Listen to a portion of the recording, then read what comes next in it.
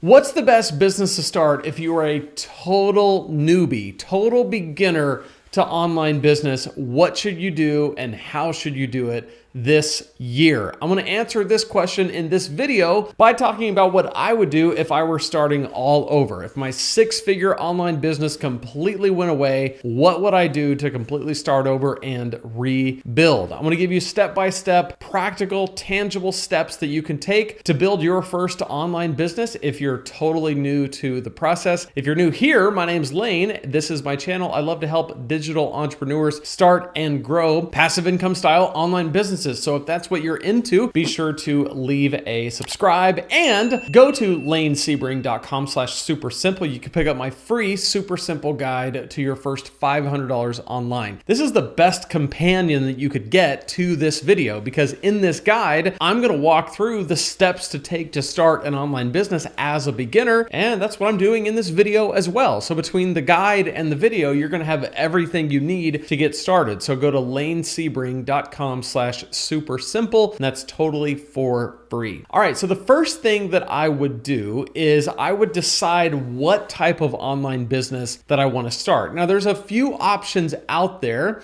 and I want to break them down into two broad categories. One is a physical product business, and the other is a digital product business. So if we broke things into those two categories, let's look at both of them. Let's start with the physical product business. This could be a viable model for a lot of people. This is where you either build a product or have a product built, and then you market that product and you sell it online. This is done in a lot of different ways. Some people completely cut themselves out of the process in terms of manufacturing the product, and they do what's called drop shipping. That was popular for a long time.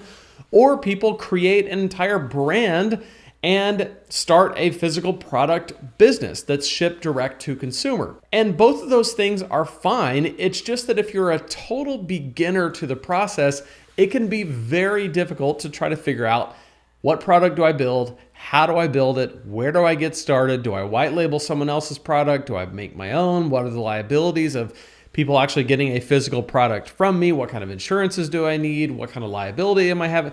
All of these questions that just slow down the process. And again, I'm talking about if I were going to start over, what would I do? And if I were starting over, I would want to get profitable as quickly as possible. Maybe later down the road, I could do a physical products business. I may someday, but I'm looking at what is the quickest way for me to get up and running with an online business. So physical products are kind of out for this exercise that we're doing. The other kind of products that I'm looking at are digital products. Now, what are digital products? They are things like online courses, things like membership sites where people pay every month to have access to content that's behind a paywall, or online coaching where you do either one-on-one coaching or group coaching. But either way, it's done online and virtual. So those are the kind of things that I'm looking to sell in an online business. And I think if you're just starting out, that's the kind of business that you should build. One that sells online courses, even if you never sell a membership site, even if you never get into affiliate marketing, even if you never get into coaching, just having an online business that grows an audience and sells a course could be a massive moneymaker for you and could be a really great side income for you for years and years to come that you can always grow if you decide to over time. But there's no rush to grow it, and you can make a lot of money passively over time. So if we're going to go with the digital product route, and we know that eventually we're going to at least sell an online course, and we know that there's other things that we can sell, what do we do now? Well, we need to determine a niche. What are we going to talk about? What is our courses going to be about? What is the content going to be about? And so I would really hone in on what are you good at? What do people come to you and ask you for advice about? What do you talk about for hours effortlessly? What could you sit around and think about? What's passionate to you? All of these kinds of questions are things that will help get you thinking in the right direction, but there's really a formula, and it is your knowledge plus passion plus market interest is a profitable idea. So let's talk about each one of those. So your knowledge, it's something that you have to know enough about to teach about it. It doesn't mean you have to know everything about it. It just means you have to know a little bit more than most people, because as you start to make content, you're going to find that your knowledge of that thing is going to grow in relation to how much you teach about it, the feedback that you get, people asking more questions. You're going to know more. But right now, for the sake of this, you just have to have some kind of knowledge where you can at least begin to make believable content about it. So it can't be something that you don't know anything about. You have to know something about it. But it's not enough just to know something. You have to actually be passionate about what you know. So it's knowledge plus passion. So what is passion? Passion means you actually give a crap about it. You care about it. It matters to you. These two things are vital, because if you care a lot about it but don't know much about it, that doesn't work. If you know a ton about it but you're not that passionate about it, you're almost kind of bored with it, that doesn't work. You have to have both. And there has to be that third element, market interest. There has to be people out there who care to learn about it. And if you put all three of those things together, your knowledge plus your passion plus a market interest, you will have a profitable idea. So start to ask the kind of questions. What am I into? What are your hobbies? What are your interests? What are the things that you know about? Maybe it's something connected to what you already do for a living. This is what it was for me at Preaching Donkey. I was a pastor. I preached for a living. I gave all kinds of Bible studies and lessons and talks and lectures and sermons. And along the way, I started to think, oh, what resources are there out there to help people like me communicate better? And there wasn't much, or at least there wasn't enough for me to think that it wasn't worth me trying. So I jumped into it and said, hey, I'm over here to help you communicate better. If you're like me and you're trying to communicate the Word of God, that's what I'm trying to do too. So let's get into this. That's the path that I took, and it was exactly directly related to my job.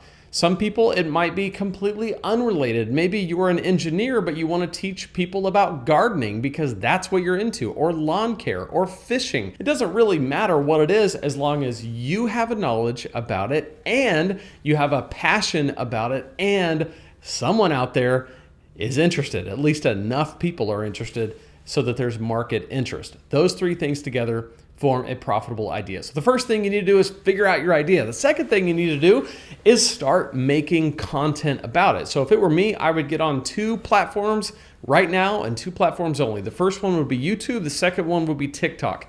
All of my energy would be focused on those 2 platforms, growing on YouTube and growing on TikTok. I would put all my eggs into those baskets. The reason why YouTube is because it is the most searchable platform there is. People come on here and they are looking for answers. They're looking for how-tos. It is the place that people still come to try to figure out, how do I do this? How do I overcome that? What do I do about this? And if you can be the person that they find on the other side of their search, then you will win on YouTube. Over time, you want to grow your channel so that you have a community. But at first, it's really great to be found in search, and you can satisfy a lot of people that way. Why TikTok? Because it's explosive right now. It may not be 6 months from now or a year from now, but right now you can grow quickly and relatively easily because the organic reach is not stilted yet.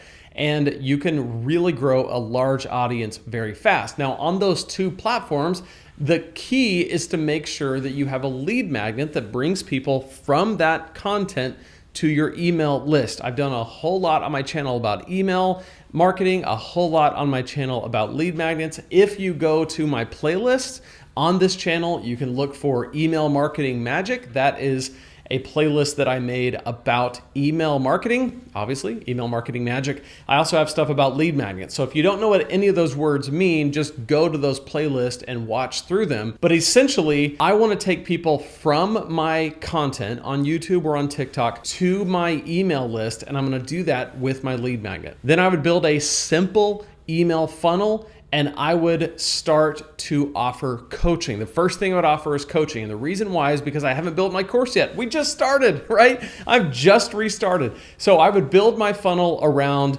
hey, you liked my content, you liked the thing that I offered you for free, I want to offer you personalized one-on-one coaching, and I would take on as many clients as I could. I would learn everything I possibly could about what people want, about what they need, about the questions they're asking from doing paid coaching sessions. That's kind of the beauty of coaching, because while you're getting paid to coach people, you're also doing a crazy amount of research on what people are actually wanting from you. It's amazing. So I would do coaching. While I'm doing that, I would be tenaciously building my first course, and I would get it up and launched as soon as I possibly could. Then I would put everybody on my email list through a launch of my course and get that thing out there. Then I would rinse and repeat, and I would do that a few different times until I had 2 or 3 courses at 2 or 3 different price points in my product suite. And then I would start looking around for affiliate products to promote. I would start looking for partnerships to jump into to try to see who else is out there in a similar niche that I could affiliate with, or they could affiliate with me. I would work on growing my YouTube channel and growing my TikTok so that those leads keep coming into my email list, which is now selling my courses.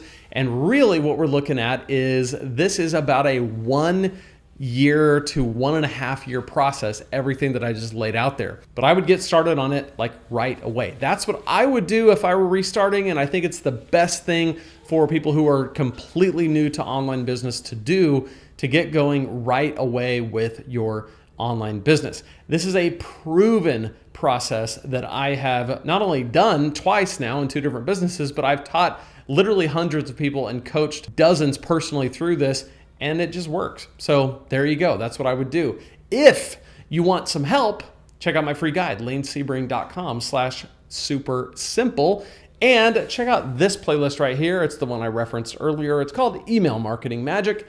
And it will walk you through one of the key steps, which is getting people from your content to your email list. Click right there and I'll see you in that playlist.